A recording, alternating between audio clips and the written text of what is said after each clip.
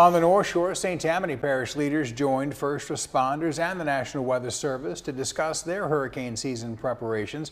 They say both preparation and response plans may look a little different this year compared to previous seasons, and that's only because of the transfer of operations at GOSEP to the Louisiana National Guard. Still, GOSEP's interim director says the goal will remain the same.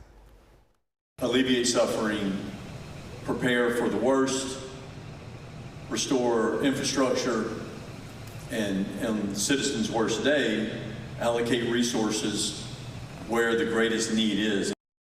The transfer of operation to the Guard is part of an effort to make hurricane preparation and response more efficient.